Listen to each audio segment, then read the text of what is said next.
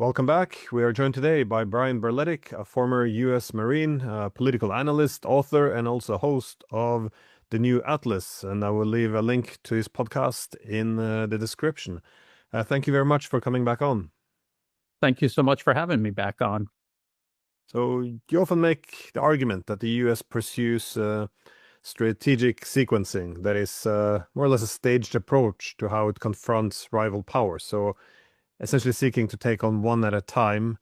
And for this reason, when the U.S. engages in negotiation or peace, you make the point that it's essentially delaying tactics, just setting it up for a later time, or at times it can also include a different division of labor, that is to outsource some of the war to allies.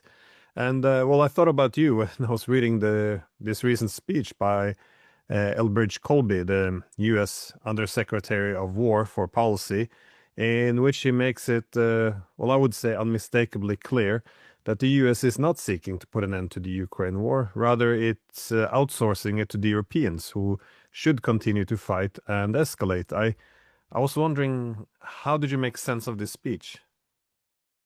It's just the update of the division of labor that U.S. Secretary of Defense Pete Hegseth announced at the very beginning of 2025, almost as soon as the Trump administration came into office. He talked about how the U.S. needed to pivot elsewhere. Now we know, to Iran and ultimately onward towards China. And he said Europe is going to take over, basically feed itself next into this proxy war taking place against Russia in Ukraine. That is exactly what Europe did. He told Europe they are going to spend more on defense, and they have. And he told them they're going to double down on their support for Ukraine, and they have done that as well. And we're watching the natural progression of all of this take shape into Europe itself throwing itself into this proxy war against Russia itself. It's extremely dangerous, very concerning. The rhetoric coming out of Russia, knowing and seeing this taking shape themselves, is very, very concerning. And unfortunately, that's what this was always going to end up being anyway. And I distinctively remember warning people that didn't matter who you voted for in 2024, this is exactly what was going to happen. The whole reason the U.S. was fighting this war against Russia and Ukraine in the first place, and it is a U.S. war on Russia simply being fought through Ukraine. Again, go back to the 2019 RAND Corporation paper extending Russia. The whole purpose of this is to create one of many dilemmas for Russia. They're doing a similar strategy toward Iran and ultimately China. Create all of these dilemmas and extend Russia as much as possible. It was never their intention to overwhelm and defeat Russia with just this war against Russia in Ukraine. It was just one of many policy options that were in that policy paper that have since been implemented.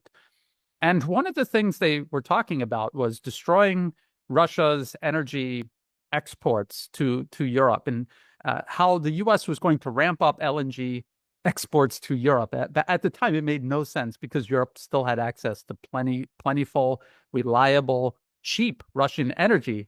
And they said, even in the paper, they said, in peacetime, this has a very low likelihood of succeeding, except it has succeeded. And do you know how they managed to make it succeed? They took peacetime and they simply turned it into wartime.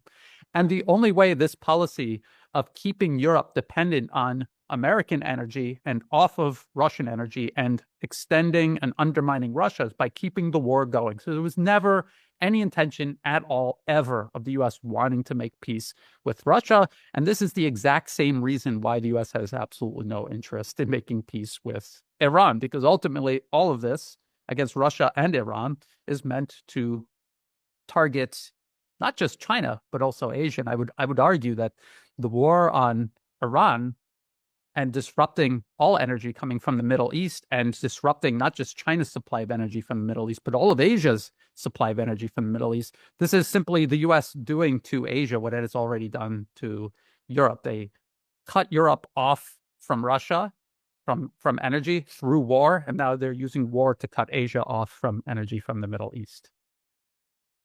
I guess what's very frustrating about this whole thing is that all the evidence is there. Yet there seems to be this very deliberate desire to just live in our own fake little world, the way it's being sold, essentially. As you know, you can look towards the people who discuss the benefit of the Ukraine war, from Graham, McConnell, Kellogg, Romney.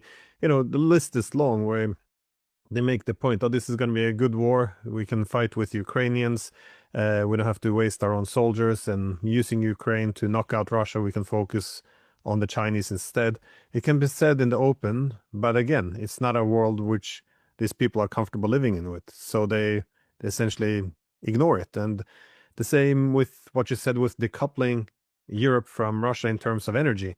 This is a disaster for Europe, but you know, they said this long in advance, all the strategic documents say Nord Stream is a bad thing. Then, of course, just as they said they would, they knock out Nord Stream. And then, you know, they can sell all the stories. Yeah, it's a Russian playbook. Obviously, Russia destroys its own infrastructure. We repeat it. Even when it's exposed, then we say, okay, well, I guess Russia didn't do it anyways. We will embrace any ridiculous story as opposed to face reality. So it's yeah, it's it's quite weird that this is actually real, but it seems, if now, not if, it seems kind of obvious that the goal is to outsource the war to the Europeans, which will essentially make the Europeans into the new Ukrainians. And these escalations, they worry me though, because primarily, well, the main two things is the massive drone program, which is done very, very openly, and it's becoming very hard for Russia not to respond to this, and making matters much worse, we know now that the attacks are coming out of NATO territory, that is, out of European states, then the Finland and the Baltic states.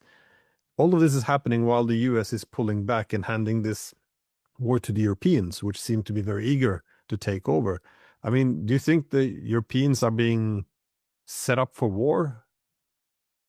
Yes, absolutely. And I would say the Americans are backing away in the sense of absolving themselves of responsibility, but they're very much still involved in the war. The U.S. command is still in Germany, overseeing the entire war. All of these drone strikes deep inside Russian territory, again, according to the New York Times itself, and as is obvious to all of us who know the intelligence, surveillance, reconnaissance capabilities required to do this effectively, it had to always have been the U.S.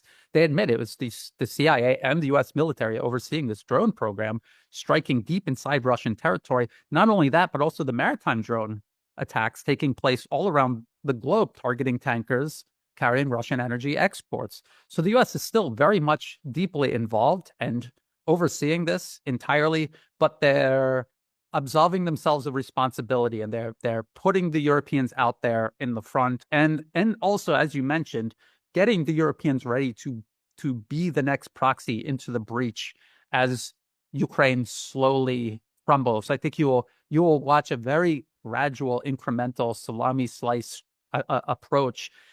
Having the Europeans just get a little bit more involved. There was a little bit of a scare where people thought maybe British warplanes were trying to intercept the Russian drones over Ukraine, but they might just have floated that story out there just to test the waters a little bit, and they might actually start doing things like that to incrementally get Europe more and more deeply involved. And they're already utterly involved in the war.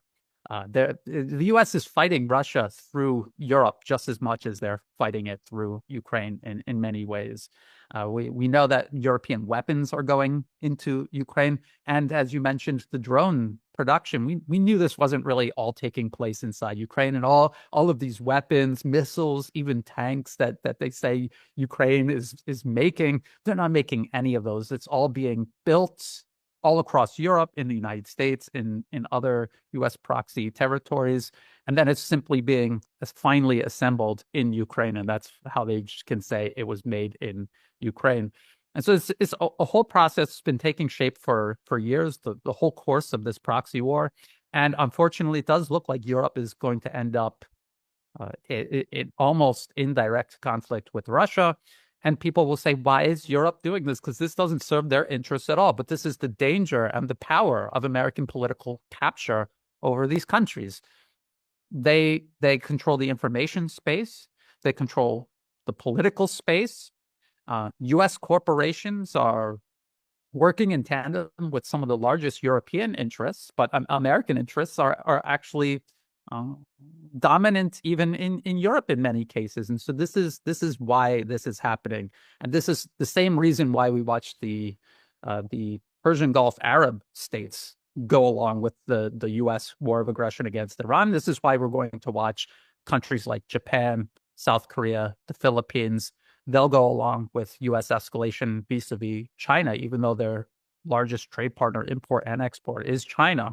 They'll go along with it because their governments are politically captured, and ultimately, those handful of individuals. This is how elite capture works. Those handful of individuals work for U.S. interests at the expense of their own country's interests. Their position is owed to the U.S., and they do everything on behalf of the United States.